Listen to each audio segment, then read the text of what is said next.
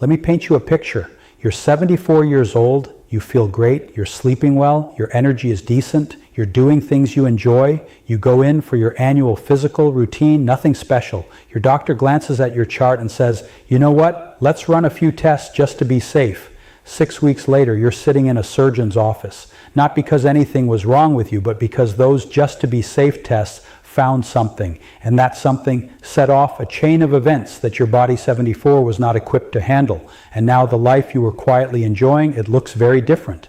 That exact story plays out more often than the medical system likes to admit, and the data behind it deserves a serious conversation. My name is Dr. Alan Mandell, and this channel is dedicated to one thing, helping adults over 60 understand what the research actually says about their health in plain language. And what I'm about to share doesn't come from a single textbook. It comes from years of studying the medical literature and paying close attention to what the evidence shows when the system runs on autopilot. Here is the truth that most doctors won't say out loud in a 15-minute appointment. After the age of 70, some of the most common routine medical tests can cause more harm than good. Not because medicine is broken, but because the risk to benefit math changes dramatically as we age. And nobody is doing that math in the room with you. Today, I'm walking you through 5 specific medical checkups I would personally reconsider after 70. I'll tell you why the math changes, I'll share what I've seen happen to real patients, and at the end, I'll give you a set of questions that will completely change the dynamic in your next doctor's appointment. Stay with me through all 5 because number 3 has stopped many people in their tracks when they first hear it. And number 5 is the one that most people have never even heard of until it's too late. Before we get into this, I'd love to hear from you. Where are you watching from today? Drop your city or country in the comments. I read every single one, and it really helps me see who's part of this community. All right, let's get started. Before we get into the 5 checkups, I need to give you one concept because without it, nothing I'm about to say will fully make sense. I call it the longevity lens. When you're 50, screening medicine works beautifully. You find a problem early, you treat it, and you potentially buy yourself 30 more years of healthy life. The investment is worth it. The math is clean. But here's what changes after 70. 3 things specifically. First, many conditions detected by routine screening in older adults will never actually harm you. They grow slowly, they cause no symptoms, you will likely outlive them. But once they show up on a report, medicine doesn't have a leave it alone and watch button. It has a treatment button. Second, your body's tolerance for intervention drops with age. The surgery that a 55-year-old bounces back from in 2 weeks, that same surgery in a 78-year-old can mean months of recovery, complications, loss of independence, or worse. Third, there is something called the cascade effect. One test finds a small abnormality. That triggers a follow-up scan. The scan recommends a biopsy. The biopsy leads to a procedure. The procedure causes a complication. And suddenly, a person who walked in feeling perfectly healthy is navigating a medical nightmare. All started by a test they didn't need. That's the longevity lens. Keep it in your mind as we go through each one. Before we begin, take a second and tell me your name and where you're tuning in from. I go through the comments and I genuinely want to know who I'm speaking to and supporting here. Checkup number 1, routine colonoscopy after age 75. Let me tell you about Dorothy. Dorothy was 77 years old, a retired librarian from rural Tennessee. She'd had 2 colonoscopies in her 50s and 60s, both completely clean. No polyps, no family history of colon cancer, no symptoms whatsoever. But her new primary care doctor looked at her chart and said she was due for another one. Dorothy did her research. She had concerns, but she didn't want to seem difficult, so she went. The prep, the liquid you have to drink the night before to clear your bowels, hit her kidneys hard. By the next morning, she was confused, dizzy, and barely able to stand. Her daughter rushed her to the emergency room before she ever made it to the procedure. She was severely dehydrated, and her electrolytes were so dangerously low, her heart was at risk. Dorothy spent 4 days in the hospital. She never had the colonoscopy, and the irony, she didn't need it. The United States Preventive Services Task Force, the gold standard body that sets screening guidelines in this country, officially recommends against routine colonoscopy screening for average risk adults over the age of 75. The evidence is clear. After 75, if you have no symptoms, no family history, and clean previous scopes, the risks begin to outweigh the rewards, and those risks are real. Bowel perforation, a literal tear in your colon, occurs in approximately 1 in every 500 colonoscopies. In a younger adult, that's a manageable surgical complication. In a 77-year-old, it can mean emergency surgery, a colostomy bag, extended hospitalization, and a recovery that fundamentally changes your quality of life. Meanwhile, the colon cancers most likely to be found in asymptomatic older adults tend to grow slowly enough that in many cases they would never cause problems in a person's remaining lifetime.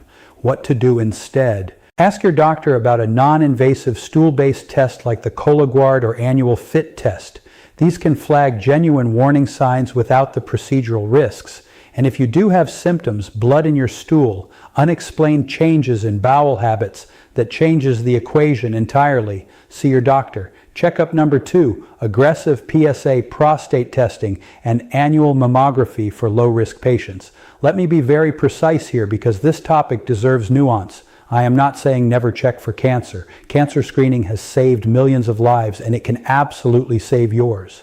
What I am saying is this: after 75, aggressive cancer screening in average risk, asymptomatic individuals has a serious overdiagnosis problem, and overdiagnosis leads directly to overtreatment. Here's what overdiagnosis means in plain language.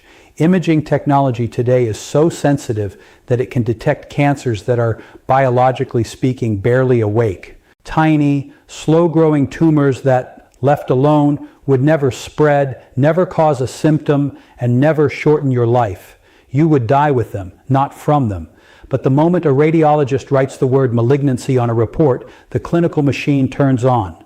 Biopsies, specialist referrals, treatment decisions, all of it moves forward regardless of whether the cancer actually poses a threat to you. Consider a case like Richard's, a 79-year-old retired mechanic from Georgia. Sharp, independent, still fishing on weekends.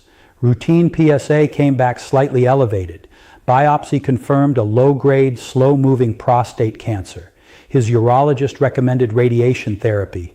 Richard trusted the recommendation. He went through treatment. Within a year, he was dealing with chronic fatigue, urinary problems, and a quality of life that had dropped dramatically. Stories like his are documented across the medical literature. Men who, looking back, wish they'd understood that their cancer was the kind a man his age would almost certainly have lived alongside, not died from. That knowledge, had it come earlier, might have changed everything. Studies in the New England Journal of Medicine found that a substantial portion of cancers detected through mammography in women over 70 were clinically insignificant, meaning treatment offered no survival benefit, only side effects. What to do instead? Have an honest conversation with your doctor about your specific risk profile. If you have a family history, genetic markers, or symptoms, screen. If you're average risk with no symptoms, ask your doctor directly, if we find something, what are the realistic treatment options at my age, and what would we likely recommend? That question alone often changes the conversation. If you're still here with me and finding this helpful, take a moment to type 2 in the comments. It lets me know you're watching and getting value from this. Checkup number 3, routine cardiac stress testing without symptoms. This one surprises people because it sounds so logical. Your doctor says, you're 72, let's just make sure your heart is doing okay. You hop on a treadmill. Or they give you a medication that temporarily stresses your heart and monitor the response. Sounds benign, sounds responsible. Here's the problem. Cardiac stress tests in people without symptoms have false positive rates that can reach 40% or higher in certain populations. That means nearly half the time the test flags an abnormality when your heart is actually fine, but medicine can't just shrug at an abnormal finding. That false alarm launches you into the next phase, a cardiac catheterization. Catheterization means threading a thin tube through your blood vessels, typically through your wrist or groin, directly into your heart. It's a serious procedure. Risks include bleeding, vessel damage, arrhythmia, And in rare cases, it can trigger the very heart attack or stroke you were trying to prevent. And here's where it gets even more counterintuitive. If the catheterization finds a partial blockage, which is extremely common in adults over 70, many of whom have no symptoms whatsoever, you may end up with a cardiac stent. Multiple landmark clinical trials, including the widely cited ischemia trial, found that stenting in patients with stable coronary artery disease did not reduce heart attacks or extend life compared to medication and lifestyle management alone. Let me say that again. The stent didn't help more than the medication, but it carried real risks of its own and then a lifetime of blood thinners with their own bleeding complications. So you've gone from feeling fine, routine test, false alarm, catheterization, stent, blood thinners, ongoing monitoring, and you are no better off statistically than someone who simply managed it with medication and a 30-minute daily walk. What to do instead? If you have no chest pain, no unexplained shortness of breath, no dizziness during activity, routine stress testing is looking for problems in a population where problems are common and intervention doesn't always help. Talk to your doctor about optimizing your risk factors instead. Blood pressure, cholesterol, blood sugar, activity level, sleep. That's where the real gains are. Checkup number 4, routine bone density DEXA, screening with automatic medication. Here's one that makes people uncomfortable when I bring it up, because osteoporosis is real and falls are devastating in older adults. So let me be careful. I'm not questioning the reality of bone loss with age.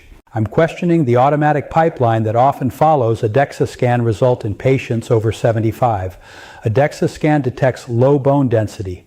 Your doctor prescribes a bisphosphonate, medications like alendronate or risdronate. You take them for years assuming you're protected. But here's what often goes unmentioned. Long-term bisphosphonate use has been associated with a rare but serious condition called atypical femoral fractures, spontaneous stress fractures in the thigh bone, the very bone you were trying to protect. These fractures can be severe and require surgery. Additionally, these medications are linked to osteonecrosis of the jaw, bone deterioration in the jaw that is painful and very difficult to treat. Meanwhile, the most effective intervention for preventing fractures in older adults, bar none, isn't a medication. It's fall prevention. I'm talking about balance training. Studies show Tai Chi specifically reduces fall risk by nearly 50%, removing tripping hazards from the home, installing grab bars, checking for medication side effects that cause dizziness, getting vision checked regularly, and ensuring adequate protein and vitamin D in the diet. These interventions reduce fracture risk more meaningfully than any pill with zero side effects. I'm not saying never take medication for bone health. There are absolutely patients who need it, those who've had fractures, those with very low T-scores, those with specific risk factors. But a routine DEXA leading to automatic long-term medication for an active 74-year-old who has never broken a bone and is otherwise healthy, that's a conversation worth having, not a foregone conclusion. What to ask your doctor. Before we talk about medication, can we review my fall risk factors? And what's the actual fracture risk reduction from this medication compared to a structured fall prevention program? And if you've made it this far and you're getting value from this, type the number 4 in the comments. It's a simple way to let me know you're here and following along. Checkup number 5, asymptomatic carotid artery ultrasound screening. This is the one almost nobody is talking about, and based on what the research shows, it's one of the most quietly consequential.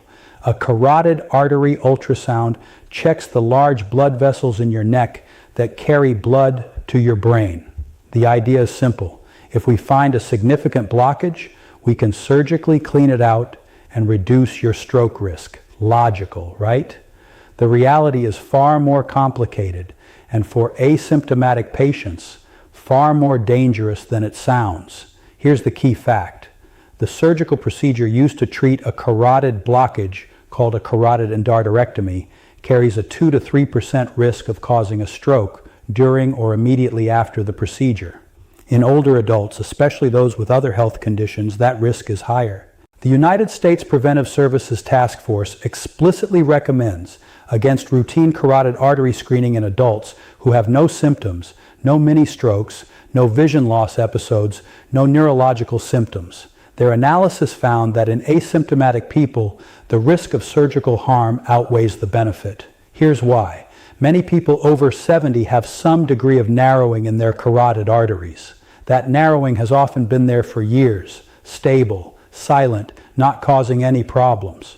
When you screen for it routinely, you find it, and then a well-meaning surgeon recommends fixing it.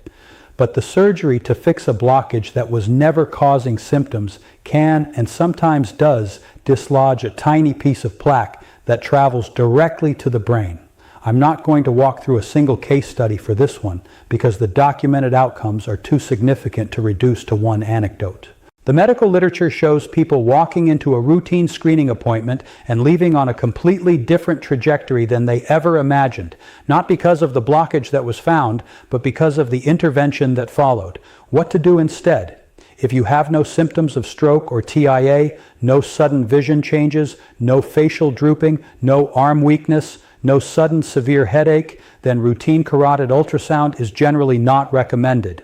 The far better investment is in controlling the actual modifiable risk factors, high blood pressure, the single biggest stroke driver, blood sugar, smoking cessation, atrial fibrillation management, and staying active. If you do have any neurological symptoms, even brief ones that resolved, get evaluated immediately. That changes everything. Practical framework, the 5-question protocol. I promised you something you can use, so here it is. Every time your doctor recommends a screening test, especially if you're over 70 and feeling well, I want you to have these 5 questions ready. Write them down, put them in your phone, bring them to every appointment. Question 1.